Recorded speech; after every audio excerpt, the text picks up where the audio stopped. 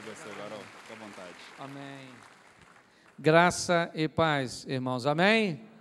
Glória a Deus. É sempre um prazer estar aqui com vocês.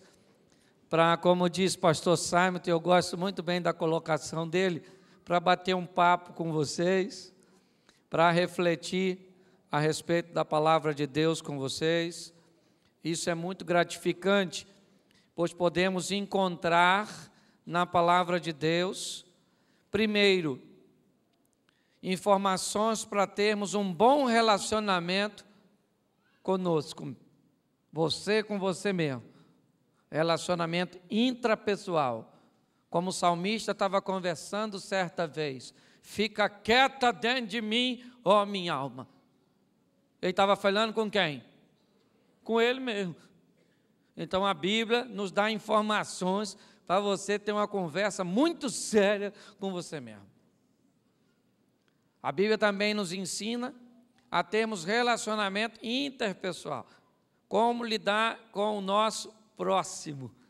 E a Bíblia também nos ensina a como nos relacionarmos com Deus, relacionamento divino. Então é sempre bom fazer uso da palavra de Deus. É sempre bom.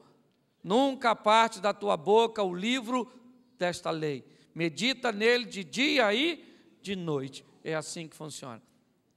E hoje eu quero compartilhar uma palavra que um amigo compartilhou comigo. Eu achei tão interessante.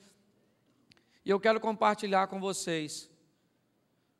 Eu quero falar hoje, na realidade, vou abrir essa mensagem, não com um texto bíblico, mas com uma colocação que eu acredito que você, um dito popular,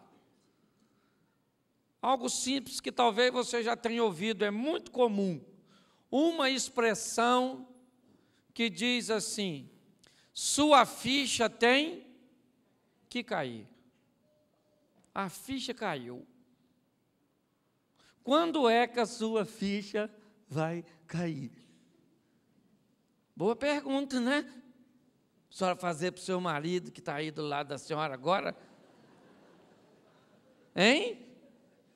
Boa pergunta para você fazer para a sua sogra. Quando é que a sua ficha vai cair? A ficha caiu. Quando a ficha cai, algo acontece. A expressão quer dizer exatamente isso. Quando é que a sua ficha vai cair? Você já falou isso para alguém? Ou pior, você já ouviu isso de alguém? Pare para pensar. Quando a ficha cai, as coisas acontecem. Sabe, aquele start, aquela partida, as coisas começam a tomar um rumo. E hoje nós vamos ver que a nossa ficha precisa cair. Quando a ficha cai, o milagre acontece. Quando a ficha cai, o poder de Deus se manifesta. E eu acho, tenho quase certeza absoluta, não perguntei a ele, nem conversei com ele a respeito disso, mas eu acho que foi Deus que criou essa frase. Que se tem uma coisa que Deus espera ao longo de toda a história, é que a ficha do homem caia. É ou não é verdade? Se tem uma coisa que Deus espera, é que a minha e a sua ficha venha cair, para que os nossos olhos venham ser abertos e consigamos ver e entender e aceitar todo o projeto de Deus. Hoje nós vamos dar uma olhada em Lucas 15, o capítulo, dos achados e perdidos. O capítulo do achado e perdido é Lucas 15. A ovelha perdida, a dracma perdida, o filho perdido, está tudo perdido no capítulo 15. Então você quer saber achados e perdidos na Bíblia, capítulo 15 de Lucas. Gravou isso? Só que nós não vamos ler isso agora não. Vai ser já, só estou antecipando para você. Agora é a mesma começa a pregar. Certo? Porque eu quero te falar, Deus sempre nos quis oferecer informações para que a ficha caia. Sempre. Antes do problema acontecer, Deus falou, a ficha tem que cair. Foi assim com Adão. Antes de acontecer, Deus falou: Adão, vou falar uma coisa para tu. Você pode comer do que você quiser aí, tá vendo? Mas aquela árvore lá, você não come, você não mexe. Não come, tá entendendo? Antes de comer. Deus poderia chegar e falar assim: pô, eu ia te falar para você não comer. Aí Adão diz: agora. Antes de Adão fazer, Deus foi lá e Deus sempre tem tudo disso. Foi lá e falou com Caim: ô Caim, por que tu tá assim, Caim? Deixa eu explicar uma coisa para tu. Se tu fizer tudo direitinho, você não acha que você vai ser aceito? O pecado está aí à porta. O pecado sempre está à porta. Mas você precisa saber que tem que ser na porta do lado de fora. Porque tem gente que o pecado está na porta do lado de dentro. Aí complica tudo. Essa é a porta do lado de fora. Entendeu? O pecado está aí onde? Na porta. Que lado? Eu acho que a pergunta mais eficiente nesse caso é essa. Se ele está na porta, eu sei, mas que lado da porta? Se ele estiver lá de fora, eu estou assim. Se ele estiver lá de dentro, eu estou lascado. É ou não? Então, pare para pensar. Nós vamos dar uma olhadinha nisso. Deus foi lá e falou: Caim, é assim, assim, assim, assim, assim. E ele o que fez? O pecado estava do lado de dentro. Discutiu com Abel e matou. Pare para pensar. Deus está sempre querendo nos alertar, sempre, sempre, sempre. Fazer com que a nossa ficha caia. Vou usar alguns exemplos aqui antes de ler o texto lá, mas a ficha de Sansão um dia caiu. É ou não é? E Deus deu muita oportunidade para o Sansão, para a ficha dele cair. Antes dele ficar careca, ele já estava careca de saber que não devia compartilhar a história com a Dalila, que é maluca. É ou não é verdade? Deus já avisou diversas vezes. Dalila falava o segredo, Sansão falava assim, aí vim e prendia ele. Às vezes eu acho Sansão um otário. Me perdoa. É ou não é?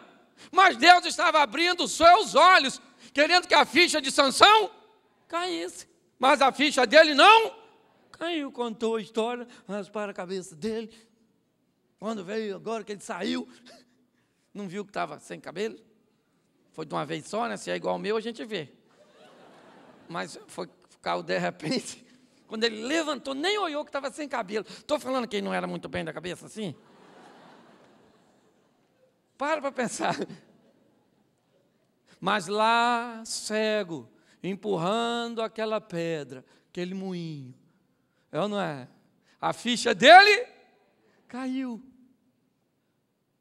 Uma hora a ficha tem que cair. Foi assim com ele. Demorou, ele viveu coisas ruins, mas a ficha dele caiu. Ele se lembrou de toda a força que tinha, de tudo aquilo que viveu com Deus. É ou não é? E aí então, ele tomou um posicionamento, ele falou: me leve às colunas de sustentação. Eu quero voltar a fazer algo com Deus. Eu quero voltar a ter intimidade com Deus. A ficha desse homem caiu. Uma hora, nossa ficha tem que cair. A ficha de Jacó caiu. Um dia ela teve que cair. Para ele para Sansão fazer o que fez, a ficha dele caiu. Para Jacó fazer o que fez e se tornar, né, o pai das tribos de Israel, a ficha dele teve que cair. Ele teve que entender, lá no Val de Jaboque, tudo que fez, refletiu, né, teve comunhão com o irmão, para as coisas acontecerem. A ficha de Davi, já preguei diversas vezes aqui, um dia ela caiu. Demorou, ele fez o que fez, errou, mas um dia a ficha dele caiu. A ficha de Pedro, é ou não é? Um dia ela caiu. Pare para pensar. O problema é que normalmente, quando a ficha não cai, nós nos distanciamos de Deus. E longe de Deus não somos nada, somos fracos demais. É só você olhar esses homens quando estavam com Deus e quando estavam sem Deus. Você olha Pedro, perto de Jesus. O homem era um leão. É ou não é? Perto de Jesus, ele andava em cima d'água, gente. Ele falou, Senhor, manda eu ir que eu vou aí, aonde o Senhor está. Jesus falou, pode vir agora, pode vir. Anda em cima d'água. Ele saiu e andou. Perto de Jesus, quando foram atacar Jesus, ele arranca de uma espada e vira zorro. Se tocar no meu mestre, eu mato. Mas ele estava perto de... Longe de Jesus, uma mulher perguntou, tu andava com ele? Ele quem? Olhe quando ele está próximo do Senhor e quando ele está longe do Senhor. Pare para pensar. É ou não é? Negou Jesus, sim. Mas, uma hora a ficha caiu. O mesmo Pedro aqui, você vai ver ele lá na casa do Cornélio. Você vai ver o homem cheio do Espírito. Por que que tudo isso aconteceu? Porque um dia a ficha dele caiu. Pare para pensar. É isso que Deus está aguardando acontecer na humanidade. Essa conscientização da realidade. E não essa coisa enganadora que o mundo anda vivendo. Vou te fazer algumas perguntinhas. A ficha de Judas caiu? Caiu? Não! O Judas vendeu Jesus por 30 moedinhas. Foi lá nos caras que tinham dado dinheiro e falou, toma o dinheiro de volta. Vendi, estou arrependido. Solta ele. Ele falou, agora já era, meu filho. O que o Judas tinha que fazer se a ficha dele caísse? Procurar quem? Jesus. Jesus, falou uma coisa para o senhor. Aquele dia que o senhor falou, põe a mão aqui, que quem estiver botando a mão com o senhor ia trair, o senhor sabia que fui eu que botei a mão, né? Foi eu mesmo que botei a mão. Eu sei lá, não estava com a cabeça. Botei a mão. Aí eu bem vendi o senhor. O senhor sabe, né? Estou com a vontade de me matar.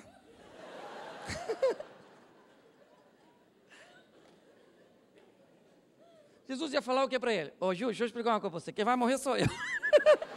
Fica na sua, eu morro, você fica vivo, está tudo certo. Normalmente os bons morrem, os ruins ficam, então é tudo assim. A vida é desse jeito, é na verdade. Mas a ficha dele não. Olha o fim desse camarada. É ou não é verdade?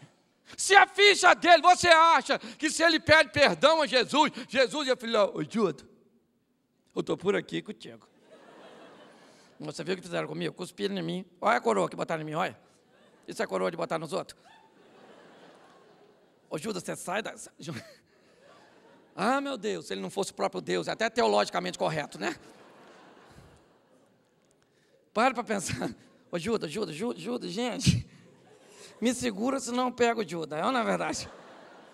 Não precisa ser nem ser sábio de aleluia, que eu pego ele agora. É ou não é verdade? Vamos malhar esse indivíduo de uma vez. A ficha dele não caiu, olha o rumo que ele tomou. Ananias e Safira, a ficha deles caiu? Não! Ananias, vamos pegar aqui, a gente vende, dá só a metade, diz que deu tudo, fique tranquilo, vão achar que nós somos maneiro. No caminho, Ananias, esse negócio vai dar certo não. Vamos dar tudo ou não dá nada. É melhor a gente não dar nada. É nosso mesmo, vamos ficar conosco. Ninguém vai saber que a gente vendeu. E se a gente não quis dar, também não quiser, do que acabou. Não quero dar, não estou afim de dar, é meu. Dá com alegria, nós estamos tristes. A decisão é nossa. Vamos embora, vamos ficar com o nosso dinheiro e vivo. Mas aí a ficha teria caído. Mas como a ficha não caiu, quem caiu foi os dois bonecos. Um de cada vez. Primeiro ele, depois ela. Que o homem caiu primeiro, porque o miserável era para ser o cabeça, essa praga ruim do tal da Ananias. Então, quando a ficha não cai, as coisas tomam uma dimensão ruim. Você quer ver outra? A ficha de Saul caiu? Não caiu. Quando sua ficha não cai, quem cai é você. É ou não é? É assim que funciona. Porque Deus está aí, é longânimo, rico em oportunidade.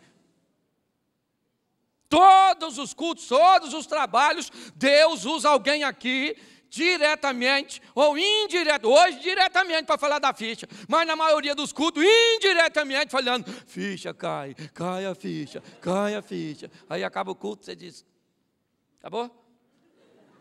Tem gente que amarra a linha na ficha.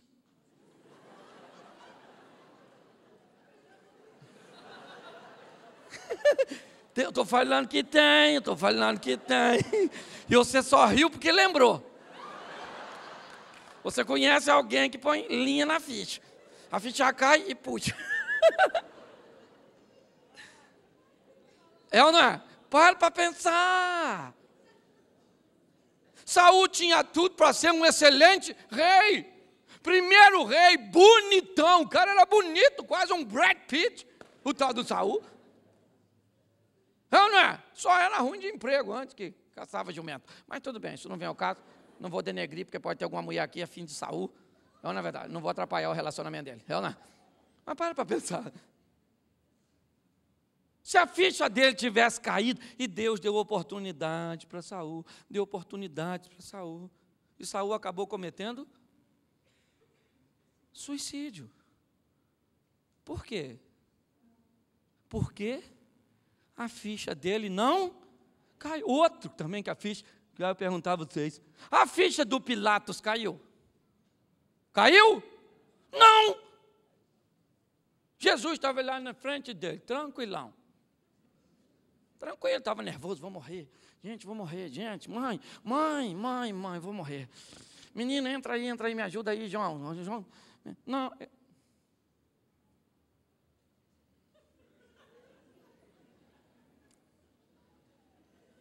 Pilatos falou, eu posso defender você.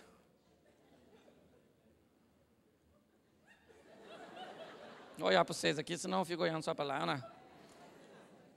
É porque é hábito, eu sou direita, eu fico olhando para cá. Entendeu? Se eu pregasse para lá, eu ficava olhando para vocês.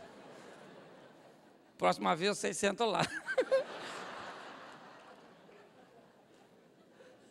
Para pensar.